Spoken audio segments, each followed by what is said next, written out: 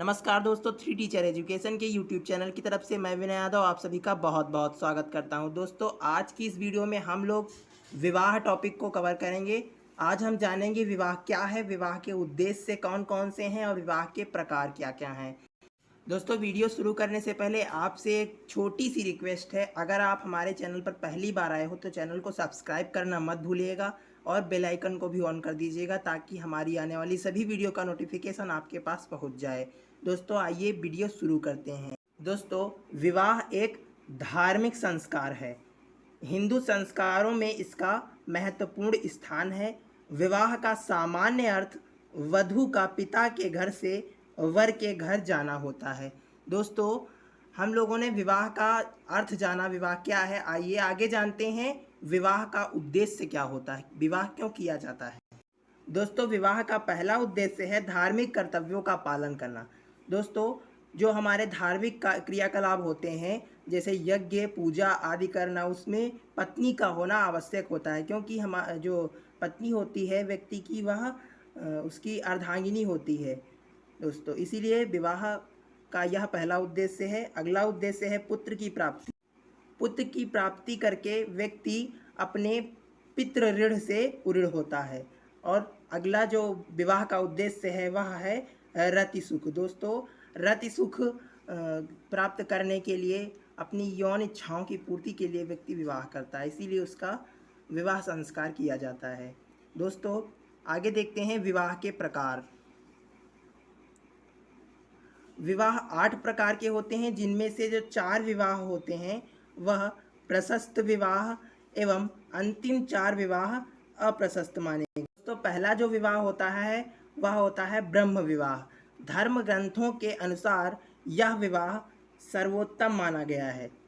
इस विवाह का उद्देश्य सभी शारीरिक तथा मानसिक कर्तव्यों के पालन द्वारा ब्रह्म की प्राप्ति था, इसीलिए इसे ब्रह्म विवाह कहा गया।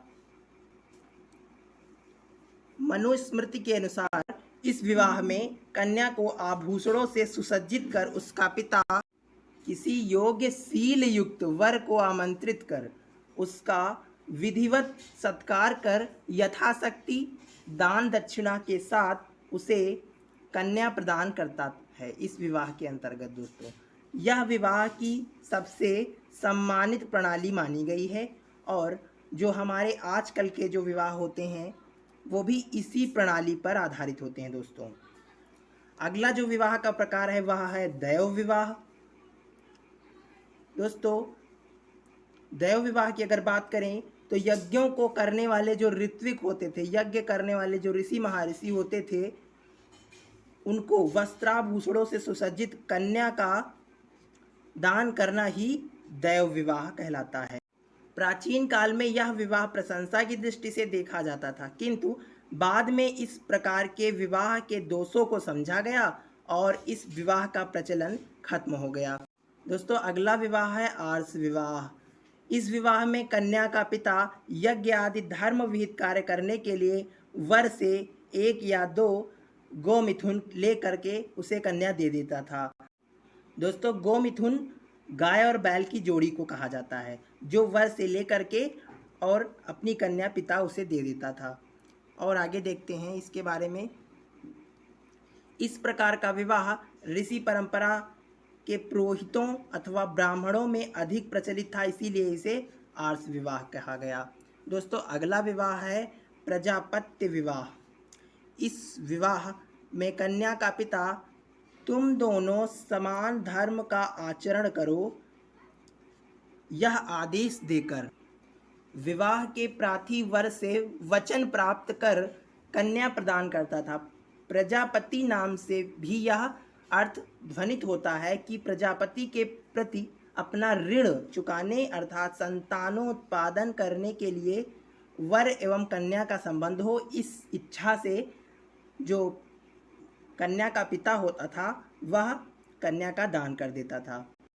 दोस्तों, उपरोक्त चारों प्रकार के विवाह समाज में आदर और सम्मान की दृष्टि से देखे जाते थे। मनु के अनुसार इन विवाहों से उत्पन्न संतान प्रज्ञावान, तेजस्वी एवं मेधावी होती थी। दोस्तों, अगला विवाह है आसुर विवाह। जिस विवाह में वर कन्या तथा उसके संबंधियों को यथाशक्ति धन प्रदान कर स्वच्छंदता पूर्वक कन्या से विवाह करता था, वह आसुर विवाह कहलाता था।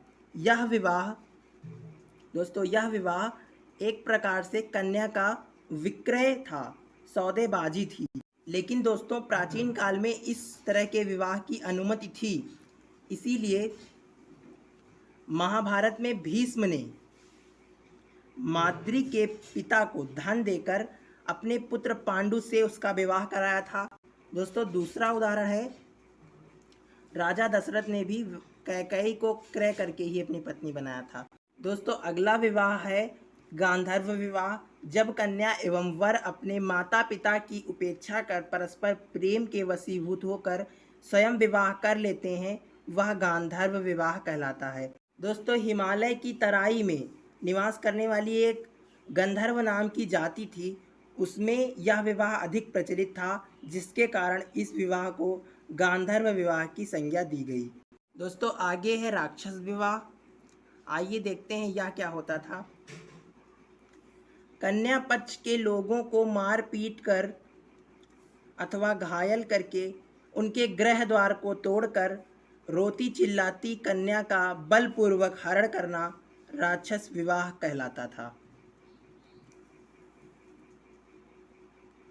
कन्या अथवा उसके माता पिता की स्वीकृति की प्रतीक्षा न करते हुए शक्ति अथवा बल प्रयोग करना क्रूरता और निर्दयता है। इसलिए इस विवाह को राक्षस विवाह कहा गया।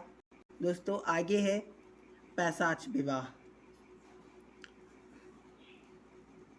दोस्तों, विवाह का जो सबसे निकृष्टतम प्रकार है वह है पैशाच विवाह। इस विवाह में व्यक्ति का सुप्त मत्त अथवा अचेतन अवस्था में कन्या से विवाह करना ही पैशाच विवाह की श्रेणी में आता है। दोस्तों, किसी स्त्री का हरण कर वो भी बेहोशी की हालत में उससे विवाह करना बहुत ही नीच काम है, इसीलिए इस विवाह को पैशाच विवाह कहा गया। दोस्तों, इन चारों प्रकार के विवाहों को अप्रशस्त विवाह माना गया है और इनसे उत्पन्न होने वाली संतानों को निकृष्ट, पापी, मिथ्यावादी अर्थात झूठ बोलने वाली और क्रूर माना गया है। दोस्तों, आज के लिए इतना ही। मिलते हैं नेक्स्ट वीडियो में, तब तक के लिए नमस्कार।